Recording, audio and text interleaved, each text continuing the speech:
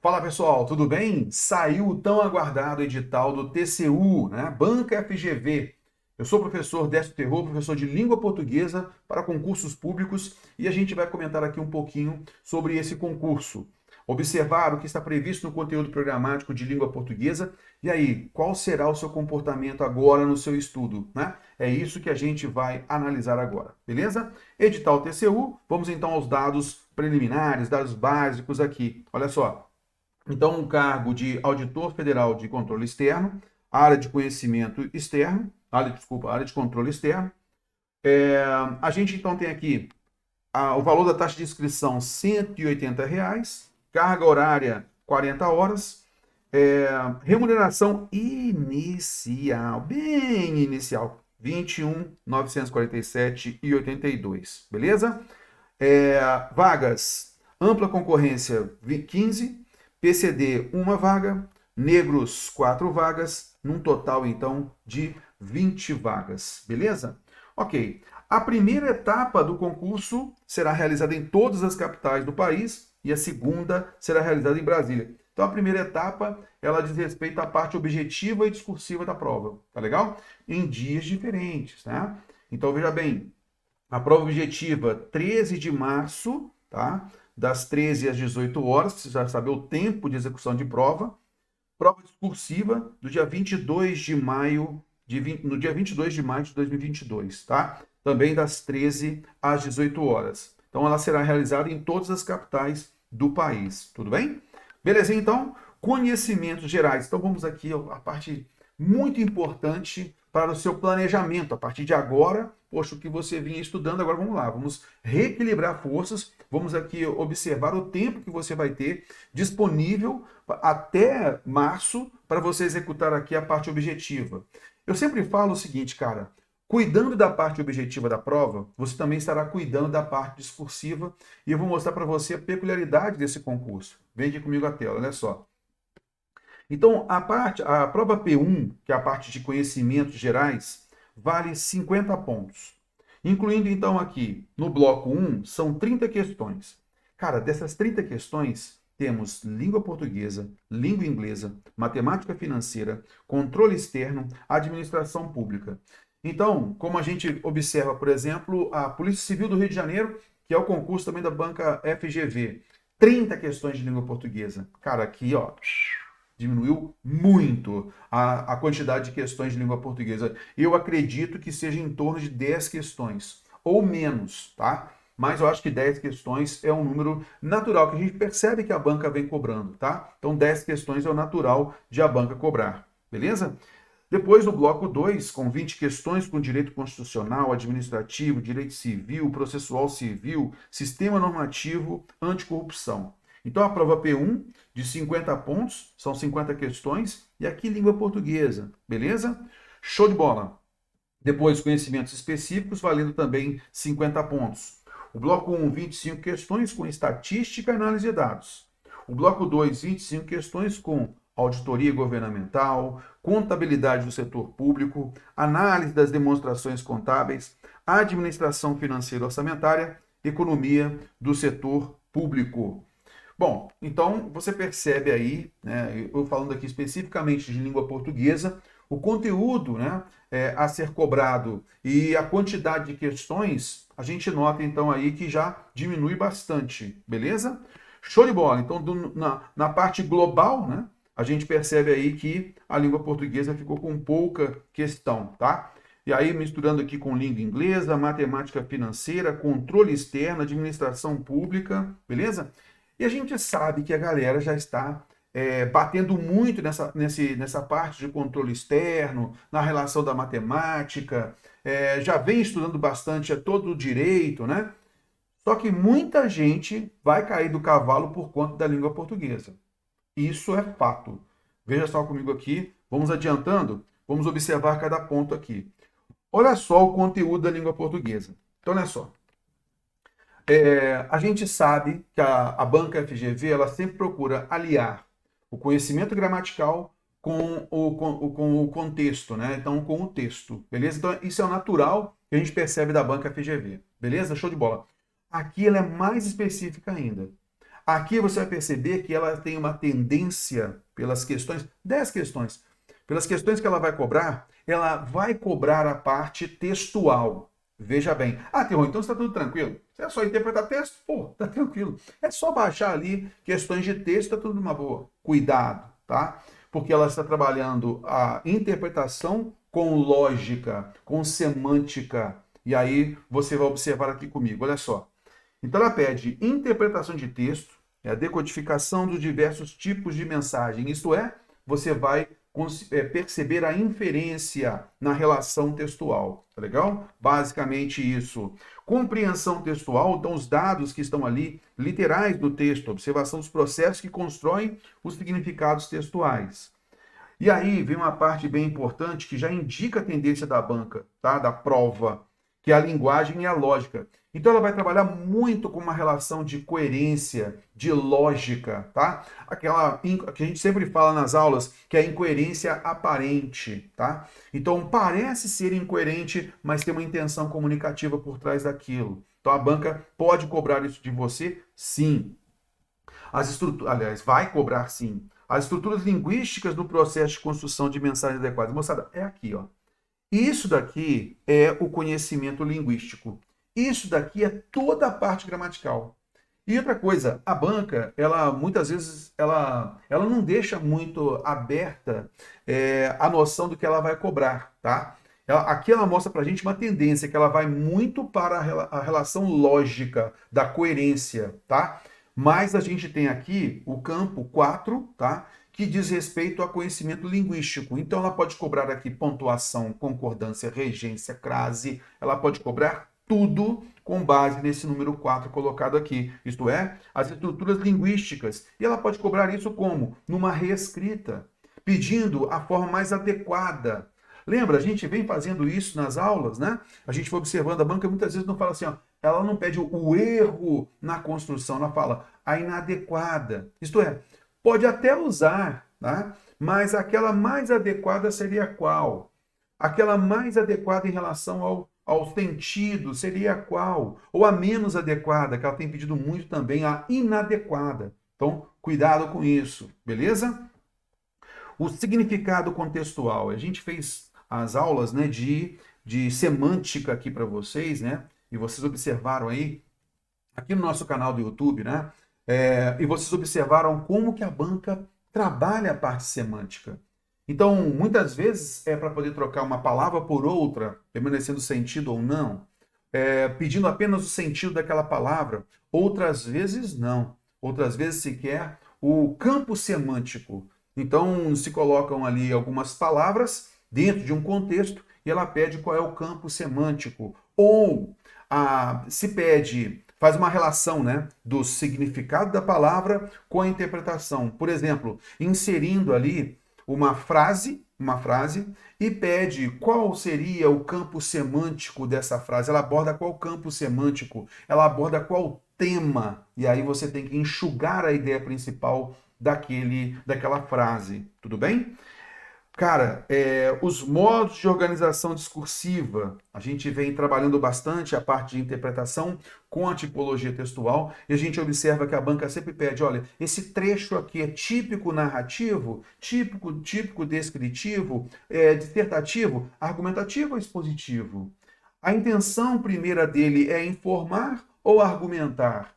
E isso ela pode também trabalhar com aquilo que nós temos aqui embaixo, que são as funções de linguagem. O que é a função de linguagem? É a intenção comunicativa. Então a banca pode pedir não o nome, a nomenclatura da função de linguagem, não vai confundir com figura de linguagem, tá?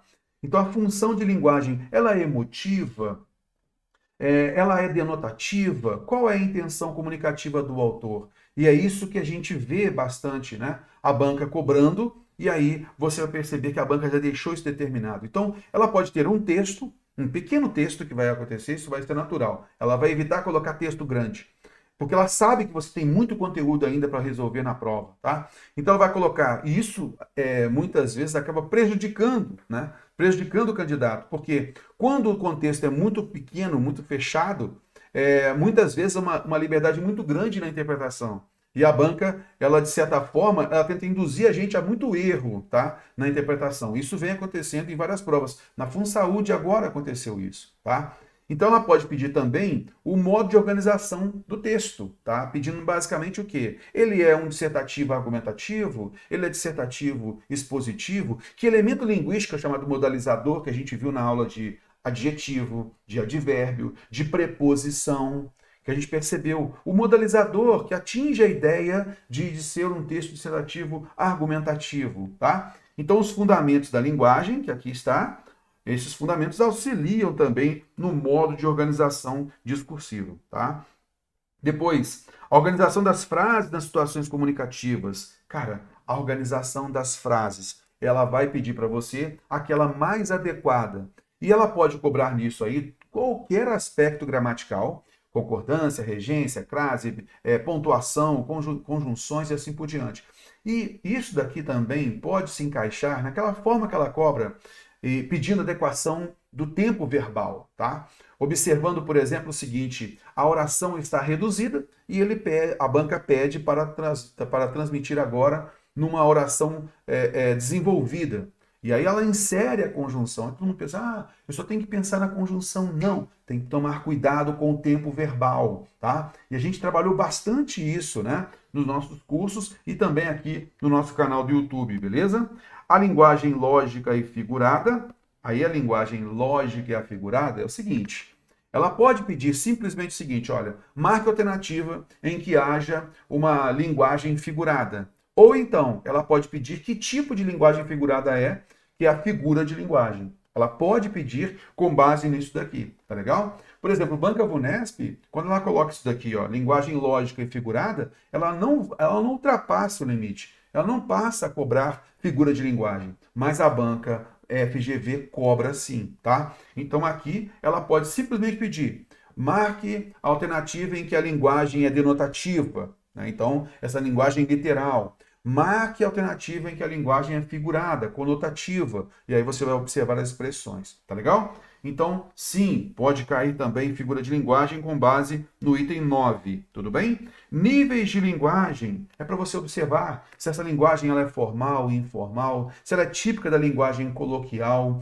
Ela pode pedir expressões que demonstrem uma relação coloquial, por exemplo, a expressão agente. A gente faz isso, a gente faz aquilo. O agente, e a gente percebeu isso em cobranças anteriores, a expressão agente nós utilizamos muito numa linguagem mais coloquial, numa linguagem mais informal, beleza? Então, cuidado com esse tipo de expressão e não só, né? Belezinha, então, tranquilo. O discurso direto, de indireto e indireto livre, então os tipos de discurso, e basicamente a banca pode trabalhar isso como, né? Pedindo a citação direta, o motivo do emprego da citação direta no texto. Então, às vezes é um texto um pouquinho maior. Vamos lá, dificilmente a banca vai colocar um texto muito grande, tá?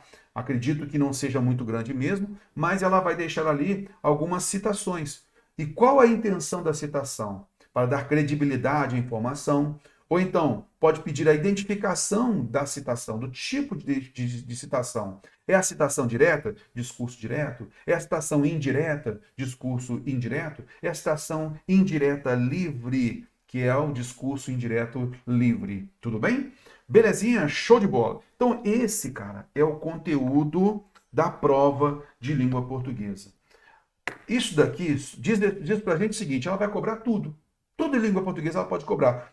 Só que, pelo conteúdo programático, nós percebemos que a tendência da banca é uma cobrança mais numa relação lógica.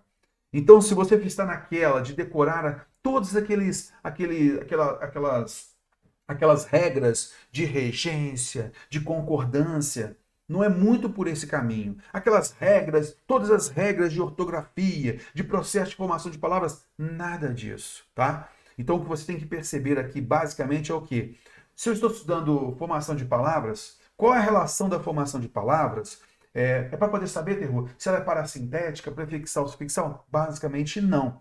É para você perceber, quando você insere um prefixo àquela palavra, muda o sentido. Aquele prefixo com outras palavras, como fica o sentido? Então é mais numa relação semântica, nada de decoreba, porque essa prova não será de decoreba. Tudo bem? Então, a relação que a gente percebe, o emprego, por exemplo, do advérbio. Então, nossa aula de advérbio ela é importante porque ela trabalha o campo semântico. Preposição, a relação da preposição que é exigida por um verbo ou um nome, que é chamada preposição relacional, que a prova cobra, toda a prova da banca FGV cobra isso, né? Ou a preposição nocional, aquela que inicia um adjunto de nominal ou um adjunto adverbial. Então eu tenho que estudar a parte de sintaxe de oração? É importante para você ter uma noção geral da parte sintática. É importante. É importante trabalhar conectivos? Sim, é importante. Mas tudo isso aliado ao texto. Tudo isso reforçando a relação textual. Show de bola? Língua portuguesa, vamos fazer uma pausa aqui. E aí depois eu vou voltar a isso. Mas eu queria falar para você também sobre a prova escrita discursiva. Eu tenho sido chamado por muitos alunos, Terror, muitos alunos estão me chamando, perguntando, Terror, você vai montar um curso discursiva para o TCU? Vamos lá. TCU, tá? Essa prova pela forma como ela está aqui, tá? Por aquilo que está no edital. Olha só. Então a prova escrita discursiva, ela então totalizará 100 pontos. Veja só. P1 é a prova geral, P2 é a prova específica, né? P3 ela é composta por duas questões discursivas, já é a prova de maio, né? Duas provas discursivas de conhecimentos gerais, valendo 20 linhas, né? Valendo 15 pontos cada. A P4, duas questões discursivas de conhecimentos específicos, a serem respondidas até 20 linhas cada, valendo 15 pontos cada.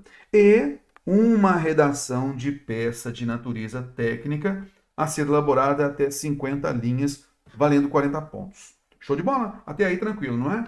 Beleza. A prova discursiva deverá ser manuscrita de forma legível, sendo obrigatório o uso de caneta esferográfica de tinta azul ou preta, daquela forma normal, né? E agora o mais importante. Na avaliação da prova discursiva, serão considerados os acertos das respostas dadas, candidato, o grau de conhecimento do tema, candidato, demonstrado pelo candidato, e a fluência e a coerência à exposição. A fluência e a coerência. Então, basicamente é o quê?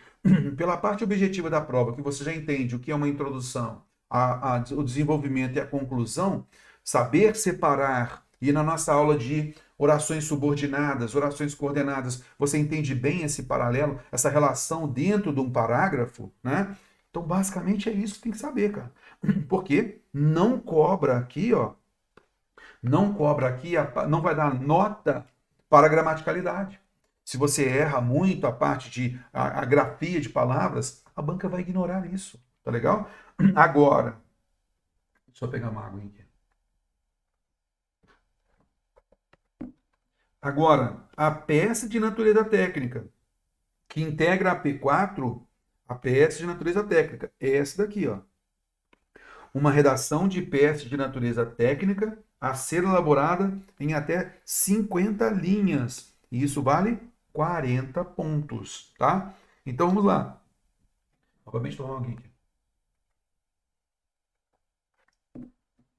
Essa peça de natureza técnica que integra a P4 será avaliada adicionalmente quanto ao domínio da modalidade escrita da norma da escrita culta, né, da língua portuguesa, considerando os aspectos de natureza gramatical. E aí, basicamente, né, a relação que tem no CESP: ortografia, morfossintaxe e adequação vocabular. Sendo que vai descontar, cara, vai descontar muito pouco, tá?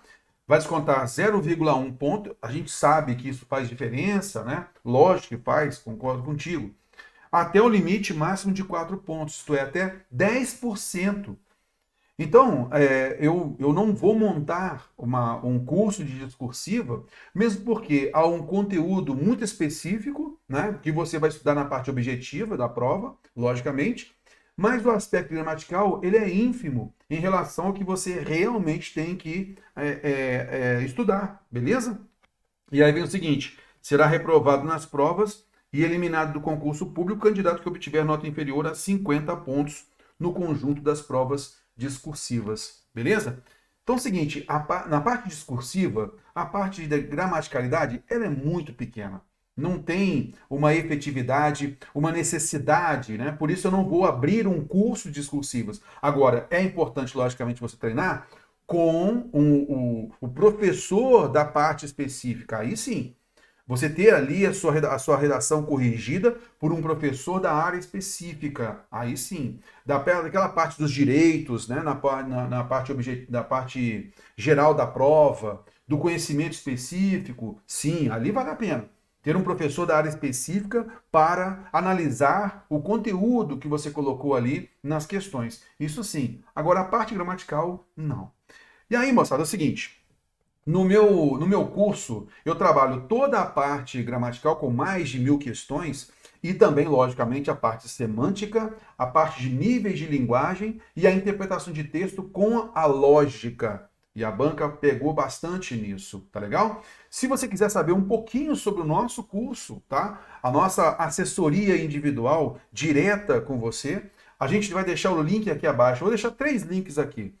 Um primeiro link que eu vou colocar é o WhatsApp, se você tiver alguma dúvida e quiser entrar em contato conosco a respeito do nosso curso, tá bom? Então, nossa equipe também pode te auxiliar e, de acordo com o que você falar, a nossa equipe pode te indicar um curso mais preciso para você, tá?